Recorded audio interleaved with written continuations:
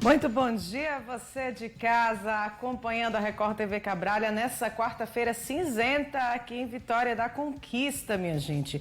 Hoje é dia 6 de julho e o dia amanheceu desse jeito aí na Suíça Baiana. O tempo fechado, céu bastante encoberto, cerração, neblina, aquela chuvinha fina que a gente sabe é bem tradicional do período de inverno, né? No verão vem aquela chuva torrencial, mas no inverno fica essa neblininha em alguns momentos do dia. E o dia já amanheceu na quarta desse jeito na cidade. Não há previsão, inclusive, de chuva para essa quarta-feira aqui em Vitória da Conquista. No entanto, a gente vê que já está assim chovendo, né, neblinando, e durante o dia podem acontecer outros momentos como esses. Nesse momento, os termômetros marcam aí cerca de 16, 15 graus e a máxima prevista para hoje é de 24 graus, com a mínima na casa dos 14. Então vai ser um diazinho frio para o conquistense, para o visitante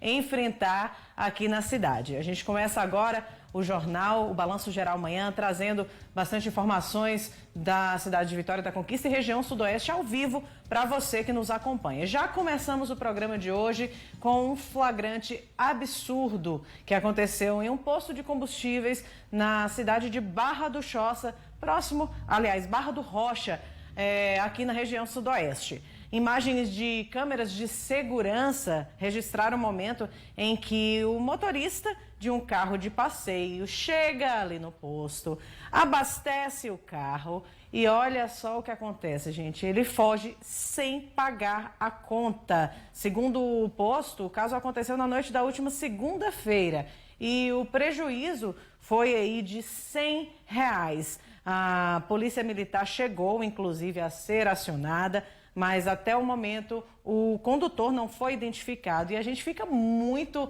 revoltado, muito chateado, porque quem paga o pato nessa situação acaba sendo o frentista, né? O trabalhador que está ali pronto para oferecer o serviço, para abastecer o carro do cliente e acaba tendo esse prejuízo imenso. Como as câmeras de segurança conseguiram flagrar aí a ação, né, do criminoso, do bandido, a gente pode dizer, sem medo de errar, que uma pessoa que faz isso está cometendo um crime, de fato, né?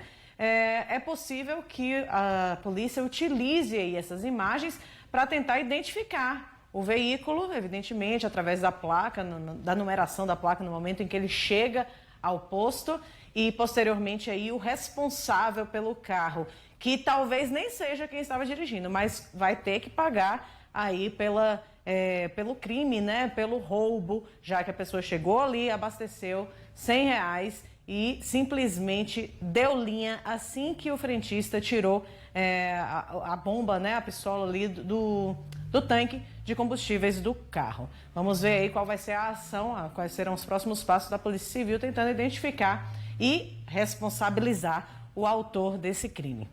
Olha só, aqui em Vitória da Conquista, um homem morreu depois de trocar tiros com a Polícia Militar, com a guarnição do Peto 77, no bairro Nova Cidade. Segundo a polícia, ele estaria ali na localidade ostentando uma arma de fogo no conjunto habitacional residencial das Rosas. E por conta dessa ostentação, né, exibindo aí a pistola, amedrontando a população. Ainda segundo a polícia, a guarnição recebeu a informação de que esse homem, esse suspeito, teria cometido um roubo a uma farmácia ali no mesmo bairro, Residencial das Rosas. E quando chegaram ao local, os militares foram recebidos a tiros pelo homem. Ele ainda tentou fugir da ação, da abordagem policial, mas quando abriu fogo ali, houve uma intensa troca de tiros e o homem acabou sendo ferido. O suspeito foi socorrido até a unidade hospitalar, mas não resistiu aos ferimentos, gente. Um homem de 38 anos de idade, ele foi identificado, né, como um criminoso, utilizava tornozeleira eletrônica. De acordo com informações repassadas pela própria polícia, tinha já diversas passagens pela delegacia, inclusive pelo crime de tráfico de drogas, além de furto e roubo, como a gente já falou, né, que ele teria cometido, inclusive, no mesmo dia, ali no conjunto habitacional. Com ele, os policiais encontraram um revólver calibre 38 com 5 munições deflagradas e uma intacta. Então já tinha atirado 5 vezes aí contra a guarnição, né, do PET 77, antes de acabar sendo atingido e, apesar de socorrido, não ter resistido aos ferimentos. Tornozeleira eletrônica, já tinha passagens e acabou perdendo sua vida aí nesse confronto policial. O mundo do crime, né, minha gente? A gente sabe que o envolvimento com a criminalidade não traz um futuro promissor para ninguém. E aí, um homem de 39 anos, não é isso? De 38 anos de idade, morreu na troca de tiros com a guarnição da 77ª Companhia Independente de Polícia Militar aqui na cidade. Vamos voltar aqui aos estúdios, porque nessa última década, mais de 500 mil de pessoas foram vítimas de estupro em todo o país, aqui no nosso país, né, no Brasil. Aqui em Conquista, crianças e adolescentes são as principais vítimas, e essa não é uma situação diferente em nenhum local, né? A polícia tem trabalhado, evidentemente, para inibir esse tipo de crime e para conscientizar a população de que a responsabilidade da denúncia é de cada um de nós. E, evidentemente, a proteção a essa criança, a esse adolescente, é da família que está ali perto, mas de qualquer um que saiba de uma situação de risco pela qual essas vítimas possam estar passando. A violência e abusos contra crianças e adolescentes cresceu consideravelmente durante a pandemia. Por ficarem mais tempo em casa, muitas vezes próximos de seus agressores, as vítimas sofreram ainda mais. Em Vitória da Conquista, não foi diferente. Os casos denunciados aumentaram, chegando a mais de 400 ano passado e indo pelo mesmo caminho em 2022. A gente ainda continua tendo um número crescente de violência contra criança e adolescente, né? Agora, com retorno às atividades escolares, também a gente teve uma violência, né, no meio escolar, no meio estudantil, e também a violência sexual contra criança e adolescente ainda continua acontecendo, continua sendo registrados casos diariamente na delegacia, e a gente vem fazendo o trabalho junto a essas crianças e adolescentes no sentido de protegê-las. Até agora, fazendo um comparativo, né, dos dados que foram registrados em 2021, no primeiro semestre, praticamente a gente está com os mesmos dados no primeiro semestre do ano de 2022. Então, assim, o ano passado a gente ouviu aproximadamente mais de 400 crianças vítimas de violência aqui no núcleo da criança e adolescente, né, que é o núcleo da 10ª Corpim, e esse ano, primeiro semestre, a gente vai chegar numa faixa de 200 crianças e adolescentes vítimas de violência. De acordo com a delegada da criança e do adolescente, doutora Rosilene Correia, a maioria das vítimas de violência sexual é do sexo feminino, mas vem crescendo também o número de casos de abusos contra meninos. A faixa etária mais afetada é entre 4 e 9 anos de idade. E normalmente, quando o caso chega à polícia, essa criança ou adolescente já sofreu por muito tempo e, frequentemente, dentro do leito familiar. A violência, principalmente a violência sexual contra criança e adolescente, ela é cometida especialmente no seio familiar, né? Então, assim, essa pessoa tem acesso a essa criança, tem acesso a esse adolescente. Então, é mais fácil controlar aquela criança e adolescente e abusar sexualmente. Então, assim, a gente pede que todos os educadores, os pais, os protetores dessas crianças, os cuidadores, fiquem atentos aos sintomas, né? Às primeiras emoções que aquela criança pode passar, as primeiras denúncias, as primeiras conversas e voltar a conversar e voltar a denunciar e denunciar sempre o agressor. A delegacia especializada tem canais ativos para que qualquer pessoa possa denunciar casos de violência e abuso contra crianças e adolescentes. Um apoio de fundamental importância para que as forças de segurança possam agir a fim de tirar a vítima do ciclo de violência e responsabilizar os autores. Todos nós devemos nos envolver na questão da denúncia da violência. E aí você pode procurar a delegacia, que fica aqui no Centro Integrado de Direitos da Criança e Adolescente, ou qualquer delegacia mais próxima, pode procurar o Conselho Tutelar, pode procurar os professores de educação, que também têm esse acesso. Temos a notificação compulsória, que é da saúde, né? Todas as vezes que a criança e adolescente for atendida em hospitais, ou na UPAs, ou em algum serviço médico, os médicos também devem entrar em contato com a delegacia e a gente faz os primeiros atendimentos. A gente já fez algumas ações em Vitória da Conquista, a gente vem fazendo campanhas permanentes, foram feitas algumas prisões também de autores de violência, pleiteamos prisões preventivas, né? E a gente vem fazendo esse trabalho de proteção da criança e o trabalho de responsabilização do acusado. Mas, além da punição aos abusadores, o município tem ampliado também a rede de proteção à vítima, contando desde agosto de 2021 com o complexo de escuta protegida dentro do Centro Integrado dos Direitos da Criança e do Adolescente. É um equipamento maravilhoso, né? Em Vitória da Conquista a gente pode ter acesso ao complexo de escuta protegida, onde todas as crianças e adolescentes vítimas de violência são ouvidas através de uma equipe, né, de educadores, de conciliadores, de entrevistadores, de pessoas que fizeram curso capacitados para poder fazer a soitiva dessas crianças. Então, isso humaniza o ambiente, né? Então, aqui na delegacia hoje, a gente não ouve essa criança. A Lei 13.431, ela explicita que a criança deveria apenas ser ouvida apenas uma vez. Então, é um benefício imenso e nós estamos assim, muito satisfeitos com essa lei e com a prática da lei no município de Vitória da Conquista. É um equipamento, de fato, de muita importância, né, para proteger essas vítimas. Imagine como era antes uma criança ou um adolescente ter que ser ouvido várias vezes pela polícia, pelo juiz, revivendo todo o trauma, toda a violência que foi sofrida.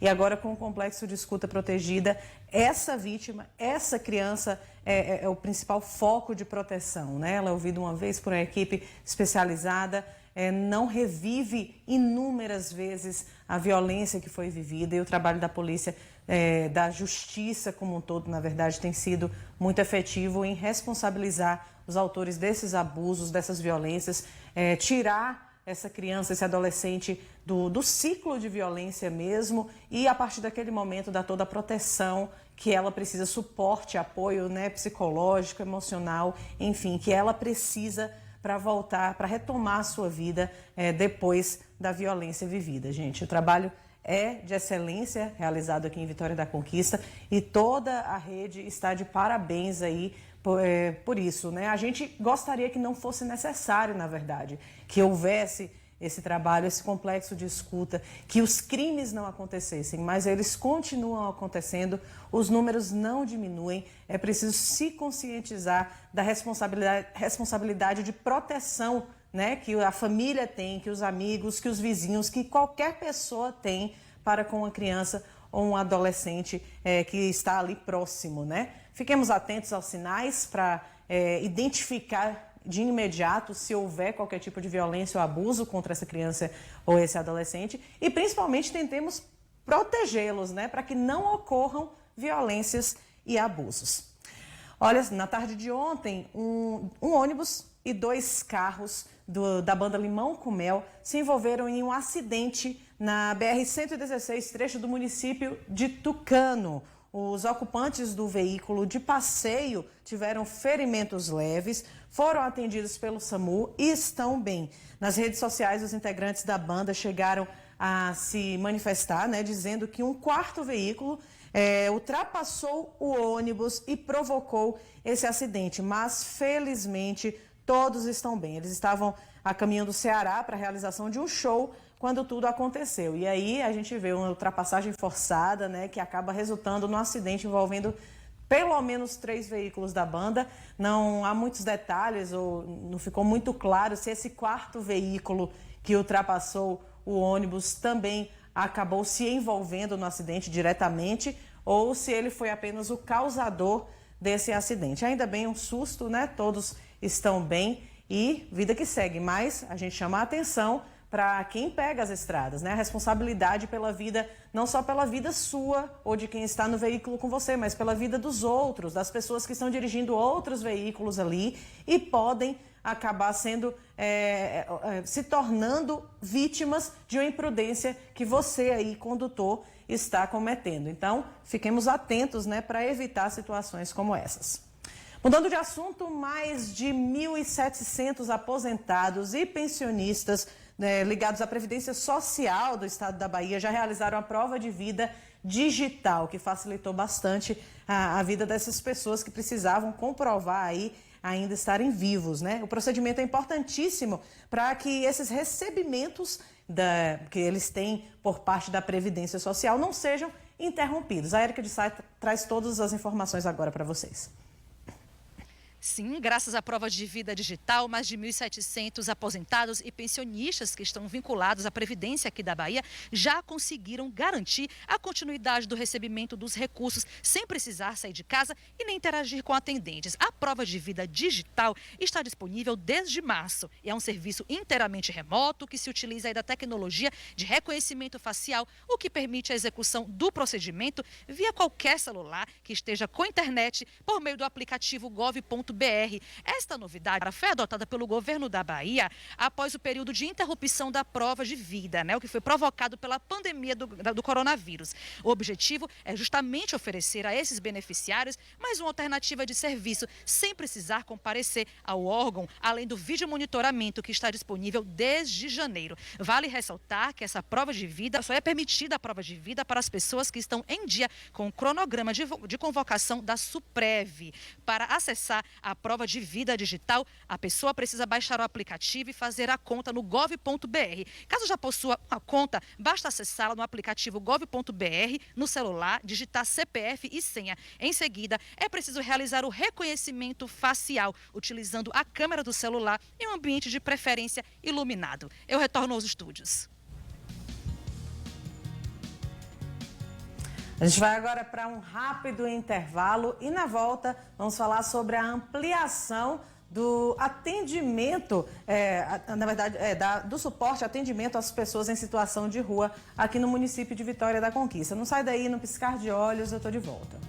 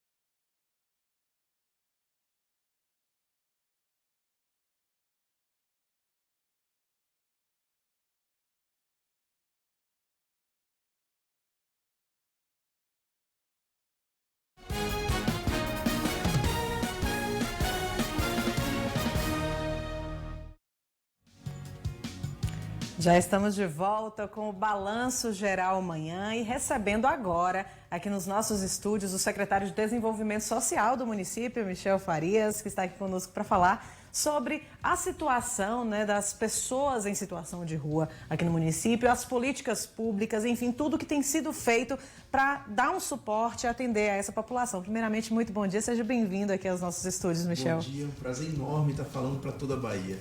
Olha, a gente sabe que essa realidade das pessoas em situação de rua é nítida em todas as cidades, principalmente cidades de grande porte ou médio e grande porte, né? Vitória da Conquista se insere aí nesse cenário. Somos a terceira maior cidade da Bahia e temos aqui uma população de rua que vive realmente sem moradia, enfim, em condições que precisam desse suporte da Secretaria de Desenvolvimento Social, não é isso? Exatamente. O fenômeno das ruas é um fenômeno histórico no Brasil e no mundo.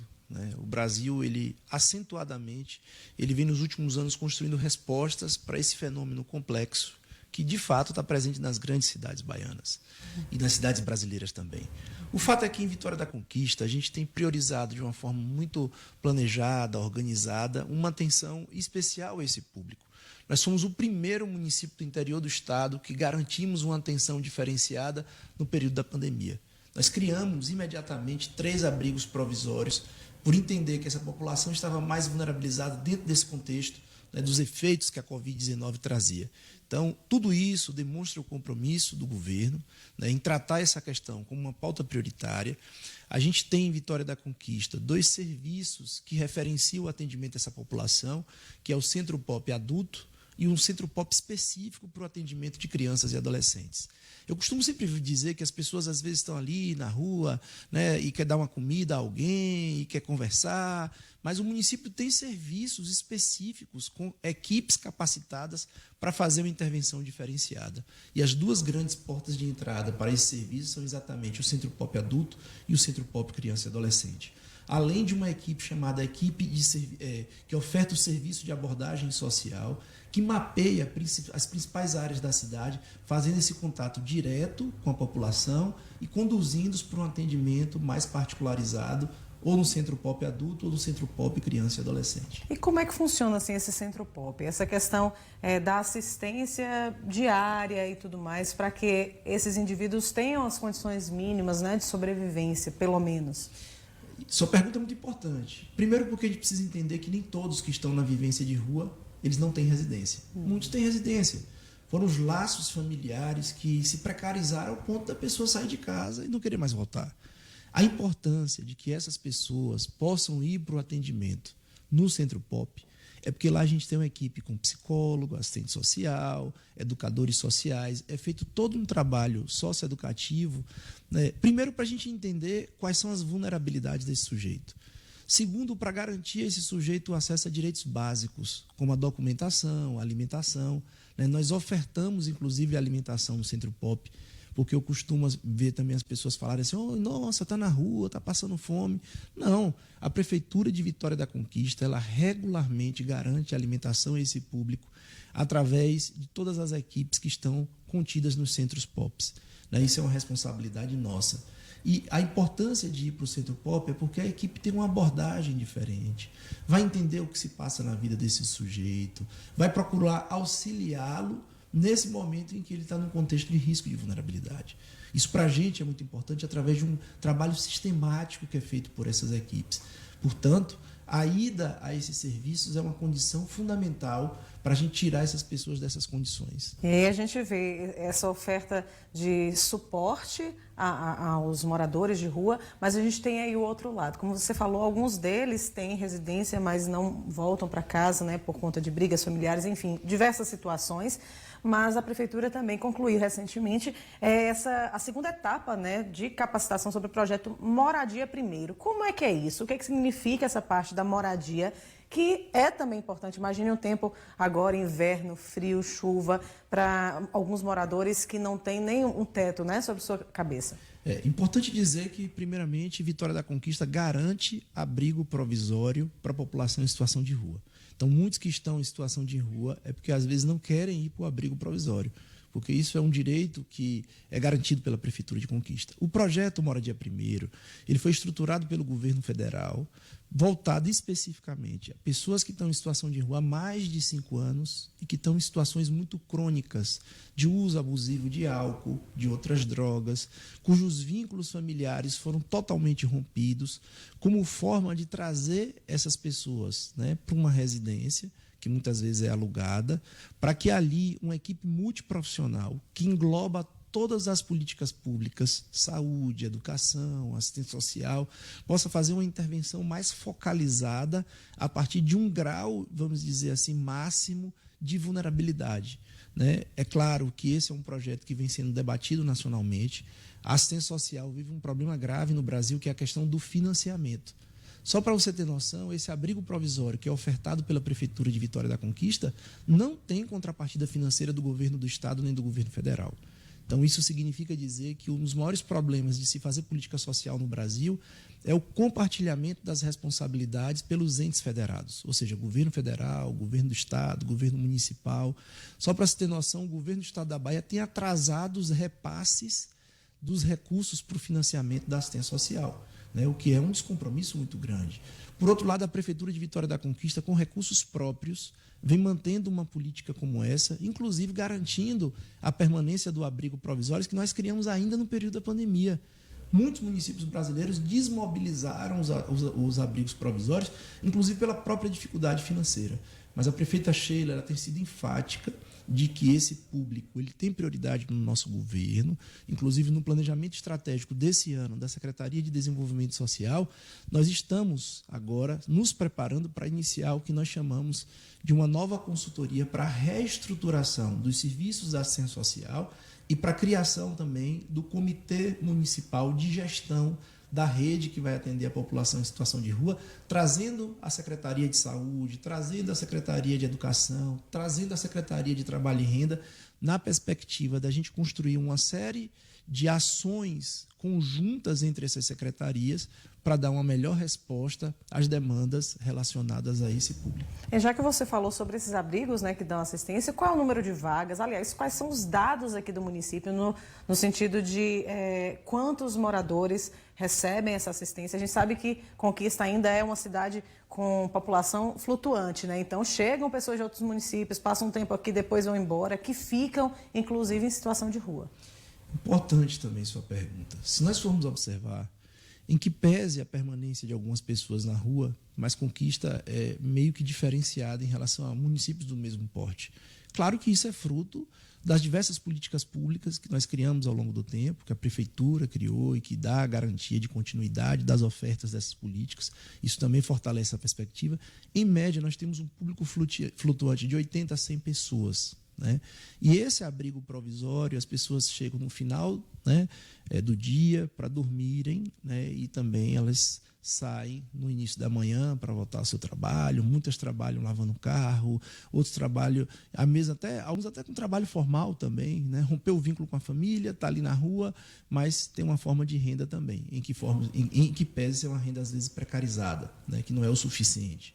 Por outro lado, a gente também tem feito repasses de recursos para outras instituições, né, para também garantir uma atenção a esse público, a exemplo da Casa do Andarilho, que trabalha também nessa perspectiva de um acolhimento temporário dessa população.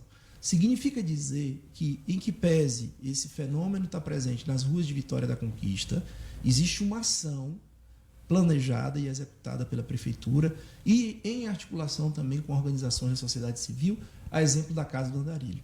Significa dizer que quando eu, né, que moro em Vitória da Conquista, vejo alguém em situação de rua, entre em contato com a equipe de abordagem social, que vai fazer a intervenção técnica, que vai encaminhar para o Centro POP e que vai garantir, muitas vezes, direitos básicos. Muitos deles têm direito ao recebimento do BPC, que é o benefício de prestação continuada. Então, através de uma intervenção, a gente pode garantir outros direitos, inclusive o direito à renda.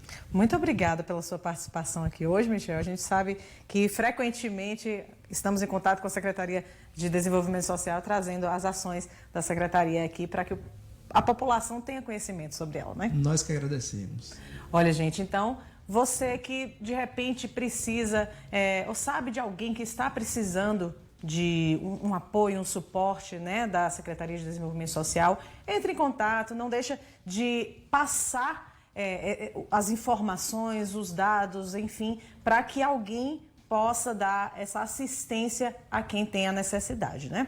A gente termina o Balanço Geral manhã de hoje por aqui e daqui partimos diretamente para a cidade de Itabuna, de onde a Camila Moraes chega agora no comando do Cabralha no Ar, trazendo informações do sul e extremo sul do estado. Mas amanhã, a partir das 7h05, eu estou de volta. Muito bom dia, até amanhã.